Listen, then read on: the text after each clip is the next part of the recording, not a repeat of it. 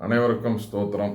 தொடர்ந்து தொடர் வேதாகமத்தில் நீதிமொழிகளின் புத்தகம் 31வது பகுதியை வாசித்து நீதிமொழிகளின் புத்தகத்தை நிறைவு செய்யலாம். அரசனுக்கு அறிவுரை. மாசாவின் அரசனான இளமுவேலின் மொழிகள் இவை அவனுடைய தாய் தந்த அறிவுரைகள்.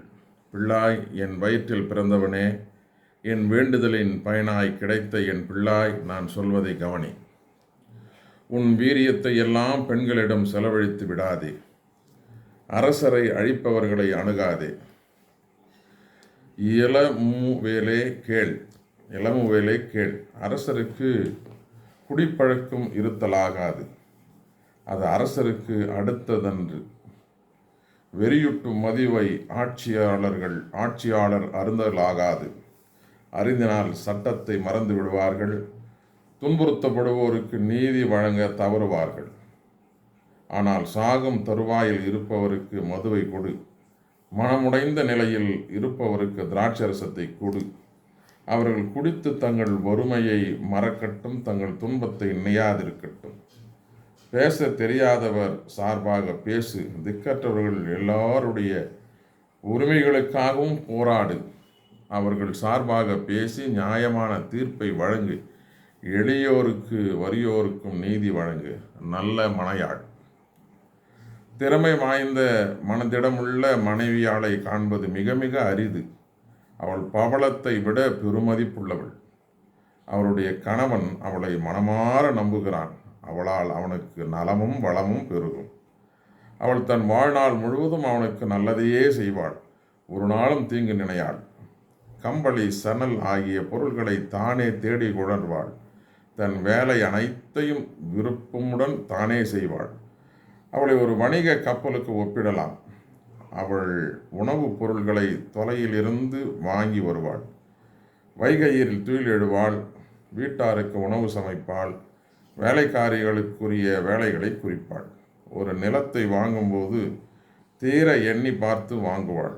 தன் ஊதியத்தை கொண்டு அதில் கொடி முந்திரி தோட்டம் அமைப்பாள். சுறுசுறுப்புடன் அவள் வேலை செய்வாள்.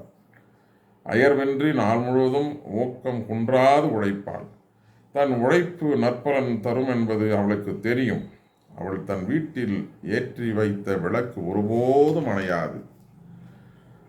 ராட்டினத்தை தானே பிடித்து வேலை செய்வாள். நூல் இழைகளை தன் விரல்களால் திரிப்பாள்.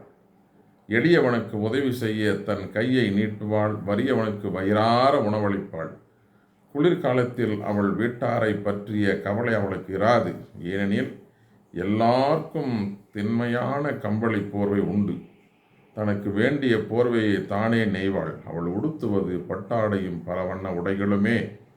அவளை மணந்த கணவன் ஊர் பெரியோரில் ஒருவனாயிருப்பான். மக்கள் மன்றத்தில் புகழ் பெற்றவனாயும் இருப்பான். அவள் பட்டாடைகளை நெய்து விற்பாள்.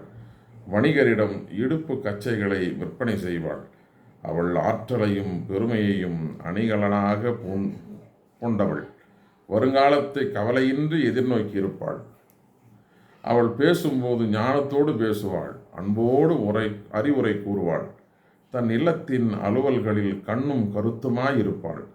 உணவுக்காக பிறர் கையை எதிர்பார்த்து சோம்பியிருக்க மாட்டாள். அவருடைய பிள்ளைகள் அவளை நற்பேறு பெற்றவள் என வாழ்த்துவார்கள்.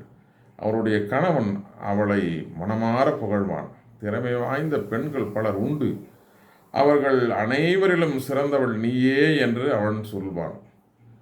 எழில், ஏமாற்றம், அழகு அற்றுப்போகும். ஆண்டவரிடம் அச்சம் கொண்டுள்ள பெண்ணே புகழத்தக்கவள். அவளுடைய செயல்களின் நற்பயனை எண்ணி அவளை வாழ்த்துங்கள். அவளது உழைப்பை மக்கள் மன்றம் பாராட்டுவதாக. பிரியமானவர்களை, வாசிக்க தெரிந்து கொள்ளப்பட்ட நீதிமொழிகளின் புத்தகம் வாசித்து நிறைவடைந்தது.